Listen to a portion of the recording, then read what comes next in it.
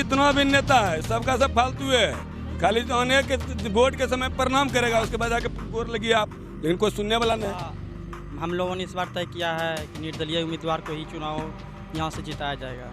यहाँ पे जो भी प्रत्याशी बने हुए हैं यहाँ घूम के नहीं आते हैं। आने वक्त तो आ गया, लेकिन जो बन के गए तो यहाँ की मतलब गांव की मेरी दशा क्या है उसके बारे में पूछने तक भी नहीं आते हैं। कि अच्छे इंसान भी हैं और सभी के समस्याओं के बारे में जानते समझते हैं और उसका हल करने की कोशिश करते हैं। तो हम लोग के लिए गुड्डू भैया ज़्यादा इम्पोर्टेंट है कि पार्टी को तो देखते देखते हम लोग तबाह हो गए। एक बार सोचते हैं निर्दलीय भी बन जाए। चुनाव की हवा बिहार में तेज हो चुकी है। तेज इसलिए क्योंकि पहले फेज के मतदान के लिए मात्र 3 दिन का समय बचा हुआ है। ऐसे में चुनावी रंग में बिहार पूरी तरीके से रंग चुका है, लेकिन जनता पे कौन सा रंग चढ़ा है ये जानने के लिए हमारी चुनावी यात्रा लगातार आगे बढ़ रही है। और आज हम पहुंचे हैं सुल्तानगंज के नवादा गांव में। तो चलिए लोगों से पूछते हैं कि यहाँ हवा किस तरफ बह रही है। तो चलिए शुरू करते हैं।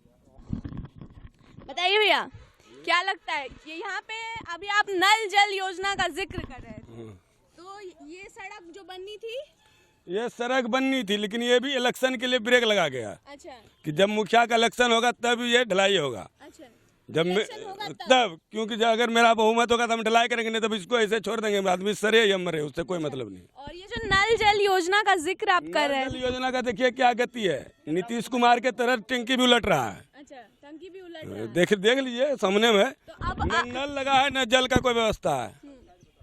अच्छा, तो अब क्योंकि चुनाव है 2 दिन बाद, 3 दिन बाद मतदान होना है, तो आपको किस उम्मीदवार पे भरोसा लग रहा है? भरोसा हम क्या करें, हम तो खुद पे भरोसा नहीं करते, उम्मीदवार पे क्या भरोसा करें। अच्छा, फिर भी एक कोई तो होगा, जेडीयू, बीजेपी या कोई निर्दलीय हम प्रत्याशी। तो देखते हैं जितना भी नेता है सबका सब फालतू है।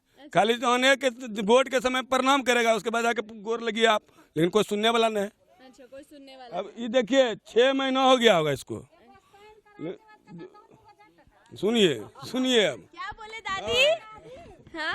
साइन करेगा तो कहोगे 500 टका दम 2000 तबा ना, तबा साइन करे के तब के वोट जीतेगा। अपना कहा बरेला, हमरा कहा नहीं बरेला। अच्छा, ना दादी काफी गुस्से में लग रही हैं। आप बताइए आप बताइए क्या लग रहा है चुनावी माहौल, किस तरफ हवा बह रही है? थोड़ा उतरिए ना। यहाँ तो चुनावी हवा हम लोगों ने इस बार तय किया है कि निर्दलीय उम्मीदवार को ही चुनाव यहाँ से जिताया जाएगा। अच्छा, निर्दलीय उम्मीदवार, नाम क्या है उनका? नाम है वही राजकुमार उर्फ गुड्डू भैया, नाम है निर्दलीय उम्मीदवार है। क्योंकि यहाँ जो राजनीतिक दल से जिसको भी यहाँ पे जिताते हैं सब का सब भ्रष्टाचार ही होते जाता है। अच्छा, राजनीतिक दल का भ्रष्टाचारी है, तो क्या भरोसा है कि आगे चल के वो किसी राजनीतिक दल में नहीं जाएंगे? देखिए आज के डेट में ना मैम, एक बाप को भी अपने बेटे पे भरोसा नहीं है। लेकिन तो फिर भी तो बाप तो कहता नहीं है मेरा बेटा है। एक बार मैं भी निर्दलीय पे विश्वास करता हूँ, हो सके वो भी बदल जाए। जिस प्रकार सुबोध राय बदला, यहाँ के जो वर्तमान विधायक सुबोध राय बदले, उस प्रकार वो भी बदल जाए तो उससे क्या जिम्मेवारी बनती है। लेकिन हम लोग तय किया इस बार निर्दलीय ही चुनेंगे। आप बताइए भैया, क्या लग रहा है चुनावी माहौल?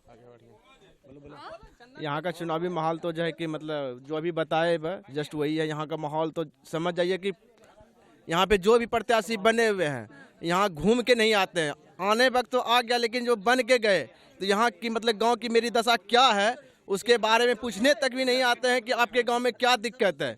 हमारे गांव में सबसे बड़ी ये पोखर है, इसका निकासी अवेलेबल कितना बार हम लोग आवेदन भी दे चुके, लेकिन इस बार अभी तक जो है ना, अगले बार भी आए थे आप ही लोग के जैसा, उनको भी बोले थे कि समस्या का निदान हो जाएगा, लेकिन उस बार भी नहीं हुआ। और इस बार भी हम लोग यही कहते हैं कि मतलब मेरे गांव का जो भी समस्या, जैसे जल योजना भी देखते हैं कि ये मेरे अब्जूगंज पंचायत के 14 नंबर वार्ड में पड़ता है पानी टैंकी। यूँ तो लगता है कि जैसे नहीं होता है, उलट जाएगा कब कहना मुश्किल है। तो यहाँ पे जो जेई हैं जिसके अंडर ये काम होता होगा, आप लोग जब वही लोग यहाँ आते हैं तो इस बारे में बात होता है, लेकिन एक आश्वासन देते हैं कि काम हो जाएगा, लेकिन जो है ना आश्वासन दे के ही चले जाते हैं, फिर वो घूम के भी नहीं आते हैं। अच्छा, आप युवा हैं, यहाँ पे मैंने सुना क्विज हो रहा था जी, तो ये किस तरीके से होता है बताइए? ये क्यूज है एक बहुत बड़ी अच्छी संस्था है। यहाँ से बहुत युवा जो है निकल के बहुत प्रोग्रेस भी किए हैं और अभी भी चल रहे हैं एडमिशन। हम 10 साल से। इस बार बिहार में जो सबसे कीवर्ड जो होता है वो है रोजगार। इसमें क्या कहिएगा रोजगार के लिए? रोजगार पे के विषय में यहाँ पे कोई भी चाहे जेडीयू हो या आरजेडी हो, आज के विषय में यहाँ का ये सोचे ही नहीं है बिहार के बारे में कि यहाँ पे कोई रोजगार एक बड़ा कारखाना खोल दिया जाए, जो कि यहाँ पे युवा जो भी बेरोजगार हैं। पिछले दिनों एक जनसभा में नीतीश जी ने ये स्टेटमेंट दिया कि क्योंकि हमारा जो प्रदेश है वो एक लैंडलॉक स्टेट है, यहाँ पे रोजगार का सृजन नहीं हो सकता है। एक तरीके से उन्होंने हार मान लिया है। तो नीतीश जी के लिए मेरा सीधा सा सवाल है, पंजाब क्या है? पंजाब लैंडलॉक नहीं है, वो क्यों इतना डेवलप कर गई? ये बात उनको नहीं, मैं आपसे सवाल नहीं है मैडम, वो सवाल मेरा नीतीश जी से ही है कि पंजाब है क्या? 5 नदी है वहाँ पर, सबसे ज़्यादा लैंडलॉक माना जाता है पूरे इंडिया में से, मतलब टॉप 5 में अगर गिना जाए तो पंजाब आता है। वो क्यों इतना ग्रोथ कर रही है? वजह ये नहीं है, वजह है जब एक कहावत है कि खुद का जब पेट भरता है तब किसी को देने के लिए मिलता है। यहाँ के नेताओं में अगर देखा जाए करप्शन कुछ हाई लेवल पर है, इतना हाई लेवल पे है कि आप उसको जज नहीं कर पा सकते हैं। रही बात आप डेवलप को लेकर के बात करते हैं, तो डेवलपमेंट ईमानदारी से कभी इस जगह पे या फिर इस क्षेत्र में चाहे कोई भी प्रत्याशी हुआ हो या कोई भी नेता हो, कभी इस तरह से यहाँ कभी किया नहीं है। आप देख लीजिए, आप इसके बारे में नहीं जान रहे होंगे, ये जो जगह देख रहे हैं आप, कैमरा वाले भाई साहब थोड़ा दिखा दीजिए ये थोड़ा एरिया। ये होता क्या है कि सालों से पोखर आप बगल में देख रहे होंगे, इतना ज़्यादा जल जमाव है, इतना मतलब ये एक ऐसा एरिया है पूरे गाँव का जो कि गाँव के लिए बहुत बड़ा चीज़ भी है और सबसे ज़्यादा बेकार चीज़ भी बन के रह गया है। इतना बड़ा महामारी से जूझता हुआ रहा है ये गांव, पूरा यहाँ से वहाँ तक सड़ा हुआ पानी बसता है, उसमें चल के आदमी पूरा ये से जाता है। तो खैर ये सब देखिए इशू बहुत है।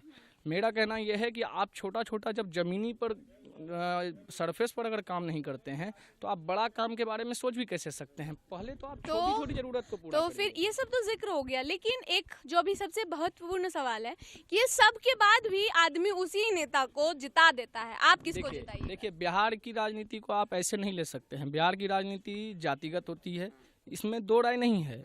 आप सिर्फ कैमरे के सामने, पब्लिक के सामने ये दिखाइए कि भाई हम धर्मनिरपेक्ष हैं, हम ये मतलब किसी भी पार्टी मतलब मुस्लिम हिंदू नहीं करते हैं। आप अगर धरातल पर आइएगा तो यही होता है। तो इस बार क्या लगता है सुल्तानगंज में किसको इंसान देखिए, अगर क्या चुनना चाहिए नैतिकता के आधार पर? नैतिकता के आधार पर अगर देखा जाए तो हम लोग मत के हिसाब से अगर सोचें हैं कि अगर वाजिबन में अगर जो होना चाहिए प्रत्याशी, तो बदलाव जरूरी है। और बदलाव जरूरी है तो इसके लिए हम लोग को ऐसे अभी देखिए तय नहीं कर पाए हैं हम लोग, क्योंकि कहावत नहीं, आप एक चीज़ को मानिए मैडम कि जब धोखा बार बार खाइएगा आपको ये समझ में नहीं आएगा कि विश्वास किस पे करें। तो एक नाम नहीं है ऐसा जो एक नाम है नहीं ऐसे। अभी हम लोगों के लोकल में अभी राजकुमार भैया, गुड्डू भैया हैं हमारे, तो ये यहाँ से उम्मीदवार बने हुए हैं। तो हमको लगता है कि अगर एक बार विश्वास किया जाए इस पर, लेकिन ये तय अभी है नहीं। हम लोग कोशिश कर रहे हैं। बताइए भैया, विश्वास किस पे जताया जाएगा? जो हमारे नज़दीक रहते हैं, जिसको हम जानते पहचानते हैं, जिसे पर्सनली अच्छा से जानते हैं, जिसके साथ बैठ करके कोई भी समस्या के बारे में बात कर सकते हैं, हम उस पर विश्वास कर सकते हैं। अच्छा, कौन है जो आपके नज़दीक है फिलहाल? वैसे हम पर्सनली गुड्डू भैया को जानते हैं, उनके साथ रहे हैं, तो उनको वो जो है समाज सेवी हैं, बहुत अच्छे इंसान भी हैं और सभी के समस्याओं के बारे में जानते समझते हैं और उसका हल करने की कोशिश करते हैं। तो हम लोग के लिए गुड्डू भैया ज़्यादा इम्पोर्टेंट है। आप बताइए, आप भी युवा लग रहे हैं, आपके नज़र में इस बार चुनाव जो है किसको जीतना चाहिए बिहार में? देखिए, चुनाव जो काम करें, जो ईमानदार हों। कौन ईमानदार है? ईमानदार देखिए, राजनीति में आप भी समझते हैं, हम भी समझते हैं, ईमानदारी राजनीति में इस तरह नहीं देखी जाती है। तो आप हमारे क्षेत्र में क्या है, हमारी जनता को देखनी चाहिए कि कौन काम कर रहा है, कौन नहीं कर रहा है। सुल्तानगंज में क्या लगता है? सुल्तानगंज में देखिए, पिछले 10-15 साल से एक विधायक साहब थे, उन्होंने क्या किया नहीं किया वो आप देख ही रहे हैं। आंखों को जो सामने, उसमें प्रमाण देने की ज़रूरत पड़ती नहीं है। तो अब नेक्स्ट क्या? हम चाहते हैं सुल्तानगंज में कोई ऐसा विधायक बने जो हमारे घर का हो, हमारे आसपास को। अभी गुड्डू भैया जैसे हमारे पास के हैं, हमारे साथ हमेशा रहने वाले हैं, वो हम हमारी उनके पहुंच भी नज़दीक की है। ऐसे तो जो विधायक साहब बनते हैं वो उस क्षेत्र में दिखाई नहीं देते, या उनका घर भी हमारे साइड का नहीं होता है। क्षेत्रीय नेता चाहिए, इन्होंने कहा कि क्षेत्रीय नेता चाहिए, ऐसा कोई चाहिए जिसके घर तक हम पहुँच सके। आप बताइए, आपका क्या मत है? हमारा भी वही मत है कि पार्टी को तो देखते देखते हम लोग तबाह हो गए। एक बार सोचते हैं निर्दलीय भी बन जाए कोई, उनको भी देख लें।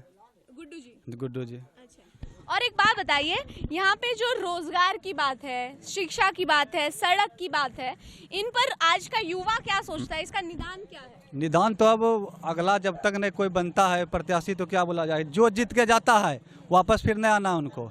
यहाँ का जी आएंगे आपको लगता है? आश्वासन तो है, चूँकि ये लोकल हैं। अच्छा, क्योंकि लोकल हैं तो आएंगे। इससे पहले सुबोध बाबू थे, पते नहीं कहाँ नहीं है, हम लोग जानवर करते हैं कैसे नहीं है। तो हमने यहाँ के युवाओं से जानने की कोशिश की। हम सभी जानते हैं कि बिहार की राजनीति में सबसे बड़ा कीवर्ड जो आजकल चल रहा है वो है युवा, यानी कि बिहार की राजनीति युवा होने की कोशिश कर रही है। बिहार में युवाओं की संख्या बहुत ज़्यादा है और उसी के साथ मैं आपको बता दूं कि युवाओं के साथ साथ बेरोजगारों की भी संख्या बहुत ज़्यादा है। तो इस बार ये बेरोजगार तय करेंगे कि सत्ता किसके हाथों में जाएगी। तब तक के लिए आप देखते रहिए न्यूज़ भारतवर्ष। मैं आपके साथ थी पूजा सिंह।